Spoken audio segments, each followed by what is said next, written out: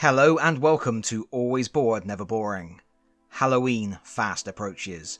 I hear witches cackling, werewolves howling, and Frankenstein's monster mashing.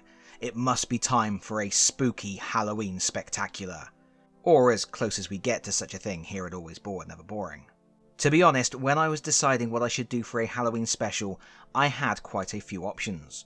Would it be a review of the old classic Ghost Castle? A review of the time-based party game Book of the Dead, a playthrough of Grindhouse, or just me reading out Games Workshop retail prices for 10 minutes. They were all truly bone-chilling options, but then, during a recent Amazon sale, I managed to pick up Funko Games' Five Nights at Freddy's Survive Till 6am game, so that's what I'm going to talk about today. Admittedly, I have never played a Five Nights video game. I've only ever seen various YouTubers screaming at them. But regardless, there is something I really like about the concept and the setting. The idea of being a lone night security guard frantically trying to keep an eye on killer animatronic fast food mascots as they creep up on you is both frightening and ridiculous. As such, I had already bought Funko's Night of Frights game, which I have reviewed previously, and I was keen to pick up their second stab at the franchise. Survive Till 6am is a simple card game for 1 or 2 players aged 13+, in which you take on the role of a night security guard at Freddy Fazbear's Pizza Parlour, and you must survive until morning. It plays in around 10 minutes, making it a perfect filler or a time killer for a midnight dreary, when you need something to distract you from the raven perched above your chamber door. And I paid around £10 for this in the sale, which I think is fair. I would argue any more than that and you probably aren't getting enough game for your money. But let's go through it. We are going to look at the 2-player game, which is exactly the same as the 1-player game, except there are, in case there was any doubt, 2 players. And each player is effectively going to be playing solitaire, facing their own group of 4 animatronic enemies and having very little influence over what happens to their rival. To set up the game, you lay out the lovely thematic board on the 2-player side, and then you place the stack of time cards on the 6am spot with the start card at the top and the rest in sequence, counting down in 30-minute increments to the 5:30am card. Each player then takes their energy dial and sets it to 100%, and then takes the deck of camera monitor cards in their colour. 4 of these cards will show Freddy or one of his cheerful chums. These cards are placed to one side and the rest are shuffled and dealt into piles, with 12 cards in the hallway, 11 cards in the Pirate Cove and the dining area, and 10 cards at the show stage. Then one of the animatronic cards is shuffled into the Pirate Cove deck, 1 is shuffled into the dining area deck, and 2 are shuffled into the show stage deck. This is a little bit time consuming, but you will end up with 4 stacks of 12 cards, with 0 animatronics in the first stack, 1 in each of the second and third stacks, and 2 in the fourth stack.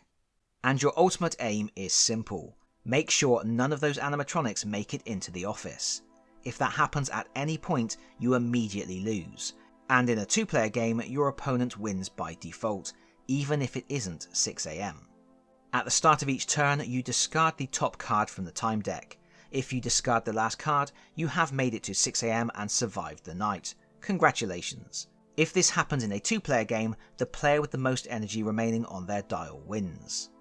Assuming you haven't made it to 6am, both players will then flip the top card on each of their 4 stacks, starting with the hallway and moving towards the stage. If any revealed card is an animatronic, you must immediately draw another card from that stack, and possibly another and another until you draw a card that isn't an animatronic. If a stack runs out, you don't draw any more cards, but life will get worse later on. Having revealed all the cards, the player with the most energy gets to react first. If both players have the same amount of energy, the player whose energy dial shows a star symbol will react first. When reacting, you will choose 0, 1 or 2 cards that you would like to remove from the tableau.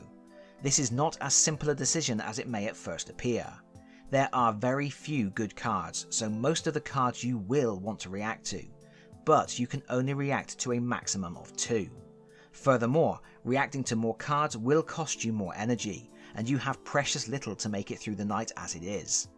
Often it becomes necessary to leave bad cards in play, either to save energy or because there are more pressing threats to resolve at the same time. Having made a selection, you roll 1 dice for each card you are reacting to. Each dice has 1 blank face, 2 faces showing a 10, and 3 faces showing a 5. After rolling, you sum the values of the dice and then add 5 for each energy depletion card you revealed that turn. The total is how much you reduce your energy by. Conserving energy is essential, and a pro tip is to never roll the dice while there are energy depletion cards in play unless you absolutely have to. If at any point you roll the dice and the total exceeds the amount of energy you have remaining, you don't reduce your energy dial, but you can't react to any cards either. And if you have no energy at all, your fate lies with the cards. There will be nothing you can do to stop the advance of Freddy and his friends. You just have to hope the clock reaches 6 AM before they reach your office door. After reducing your energy levels, you can make your reactions. There are 4 types of cards. The energy depletion cards we have already discussed. You cannot react to these, and they trigger only if you roll the dice. You also get empty rooms. These are non-threats, a momentary respite before new horrors are revealed. Then you have the what was that cards, the bumps in the night that are going to keep you on edge. These are the main way in which the animatronics are going to come creeping. If you react to one of them, you discard it from play without triggering it. Finally, you have the animatronics.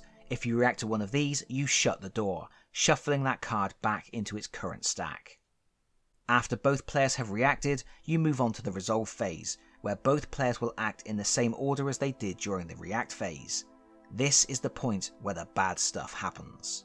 Starting at the hallway and moving towards the stage, you must resolve each face-up card in turn. If it's an empty room or an energy depletion card, you simply discard it.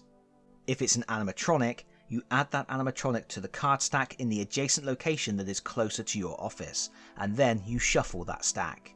If the adjacent location is the office, it's game over. If the face-up card says what was that, you need to take note of the icon on the card. If it shows a card being moved sideways, you must take the top card of that stack without looking at it and move it towards the office the indicated number of locations, leaving it face down on top of the stack at the new location. If the card should reach the office this way, you immediately reveal it, and if it's an animatronic, you lose. If it's anything else, you discard the card. If the what was that card shows a down arrow, you draw the next card from the top of the stack at the current location and then resolve it accordingly. Once you have resolved all the face-up cards, if you have any locations with no cards, you move all the remaining stacks one location closer to the office to fill the gap. And then a new round begins by flipping the next time card. And that's it. It is an incredibly basic risk management game with a heavy dose of push your luck and a not inconsiderable amount of plain old luck. On any given turn, you are making just 2 decisions. How many cards do you want to react to, and which cards do you want to react to?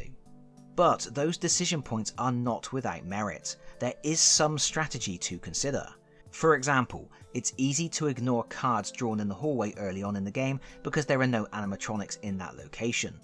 But if you let all of those cards play out, you will quickly deplete the hallway stack, which results in all of the other stacks moving one location closer.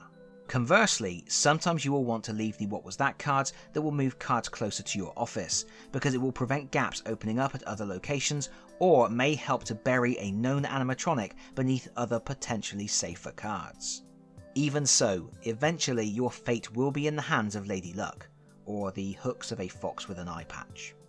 And even in a 2-player game, it's basically solitaire. You can tell because the rules for playing 2-player are the same as for playing 1-player. There is no way to affect your opponent's stacks, no way to add bad stuff to any of their rooms, no way to deplete their resources. The only bit of strategy you can employ is trying to make sure your energy levels are always just below your opponent's, forcing them to go first each turn, and increasing the chances of an animatronic monster getting into their office before one gets into yours. And that's fine. It's not ideal, but this is such a lightweight filler of a game, it doesn't stick around long enough for the lack of interaction to become a primary concern. This is just an accessible 10-minute activity where you see if you can outlive your opponent and then laugh at their misfortune when they get unceremoniously stuffed into an animatronic suit by a duck with a sweet tooth. And that is Five Nights at Freddy's Survive Till 6 AM, a game about monsters, junk food, and staying up late. What could be more perfect for Halloween? Let me know your thoughts in the comments, because that is it from me for now. Thank you so much for watching. If you like this video, please consider pressing the like button. If you really like this video, please consider subscribing if you don't already do so. And hopefully, I'll see you all again very soon. Bye bye everyone. Bye bye.